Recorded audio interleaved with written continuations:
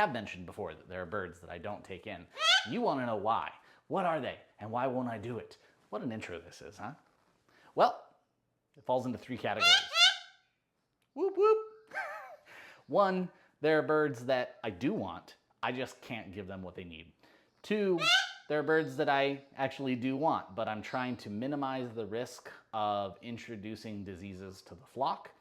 And 3, there are birds that just don't interest me. We'll talk a little bit about each. First, the birds that I like, but I just feel like I can't give them what they need. Right now, that's the large white cockatoos. No, not you. You're medium-sized. And Angel is a perfect angel. She isn't doing the things that most cockatoos are known for. If I take in a cockatoo, I need to be able to accept whatever their issues are. And yeah, if it was like the perfect cockatoo that's the exception like her, maybe I could make a change, but that's likely not going to happen. So because I have birds in my house and I don't have land with outdoor aviaries that the birds can live in full time right now, I need to keep an eye on noise, dust control, space, so they're off the table. Another one is toucans. People ask me about toucans all the time. Although I am more into hookbills, I like my parrots, toucans are really interesting. But they're not an indoor pet. They need to have long aviaries where they can hop back and forth. They don't climb, they fly and they hop. They pick up small things in the house that are shiny and often get like iron poisoning, which I have little kids. There are toys everywhere.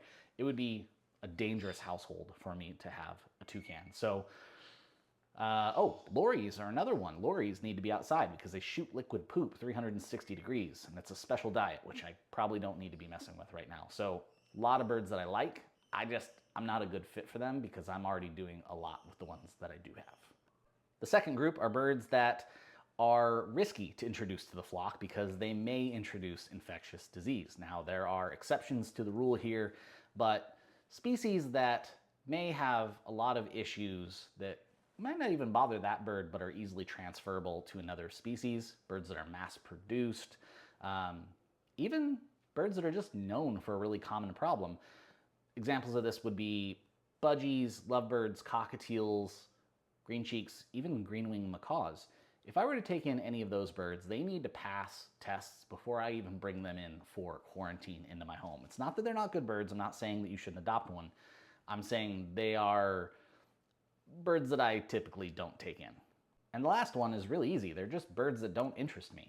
With something like 800 species of parrots in the world, there are some that just don't look that great to me, or they don't seem that interesting. However, if I met an individual and it had a great personality, the truth is I like all birds. But for example, when you look at conures, I like conures, but I probably like about 5 species of conures. When I look at a lot of the other conures, to my colorblind eyes, I'm just kind of like, I don't get it. Budgies. I don't think budgies are that great, but I've seen some examples where they're very pretty, and I'm sure people have very charming budgies, and I would like that individual.